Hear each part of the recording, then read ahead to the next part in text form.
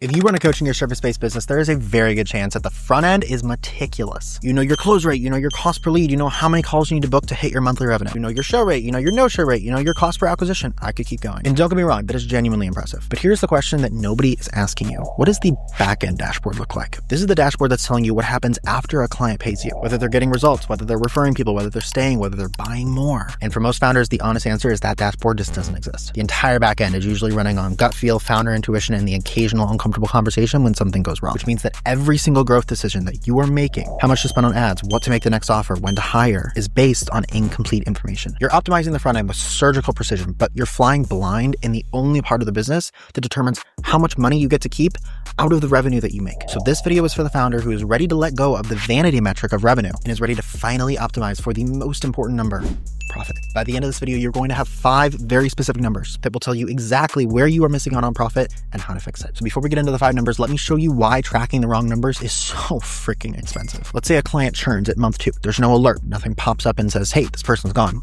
They just kind of leave. And all it means is you just need to close another client to replace them next month. There's a client who finishes your program and doesn't refer anybody else. And there's no notification. There's no line item that goes red. It just doesn't happen. There's an upsell pitch on your team that nobody did because nobody knew the client was ready for it, which was a missed opportunity to collect revenue that's 2 to 3 times higher in margin than your initial offer. If you multiply those instances over 12 months, you have a business that is working incredibly hard to stay in the same place, or as I like to say, to stay on the high ticket hamster wheel. And the fix to getting off the high ticket hamster wheel isn't more volume. It's not more leads. It's not a better offer. It's higher quality revenue coming in the door and staying with you longer. So these numbers that I'm about to share with you are based on leading indicators that you need to be focusing on in order to get the lagging indicators of more renewals, more upsells, more referrals in the back end of your business. So here are the 5 numbers that will tell you everything about the back end that the front end dashboard doesn't. The first number to track is an early win rate. This is the percentage of your clients that hit a defined, measurable win within the first 2 to 3 days after enrolling. And this isn't like they watched a module or they attended a call. This is a specific leading and lagging indicator task where they did something,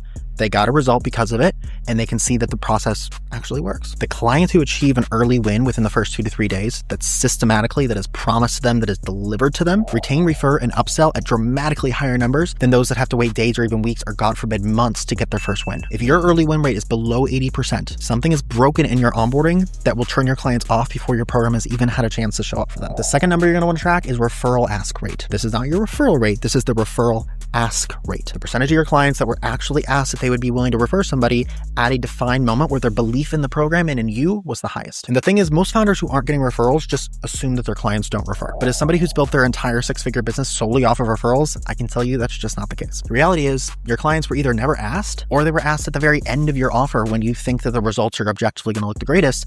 But the truth is they need to be asked when the belief in you and in your process is the highest. Usually that's going to be somewhere between about 30 to 50% of the way through your offer. So if your referral ask rate is below 100%, and again, this is ask rate, not referral rate, every single client should be asked at some point or another for a referral. If not more than once, then at least once. If this isn't happening, then you and your team are leaving the single highest quality, 0 CAC revenue on the table for every single client. The third thing you want to track is the upsell ask rate. Again, not the upsell rate, but the upsell ask rate. This should also be 100%. And this is the same logic. What percentage of your clients bought the next offer? The fourth thing you want to track is your renewal ask rate. And you're probably noticing a pattern here. Again, this is not the renewal rate. This is the renewal ask rate. This is for somebody who either stays in the same container or downsells to a different container that's going to be more valuable for them. Now, depending on how many of your clients are good for an upsell or they're just not the right fit for you to continue working with them culture-wise, this number is going to depend, but it should be at least 50% of your clients that you've identified as not being a good fit for an upsell. And the fifth thing you're going to want to track is your net revenue per client. And this is your total client value calculated across, let's say, your last 50 clients. This is your upfront fee plus referral revenue plus upsell revenue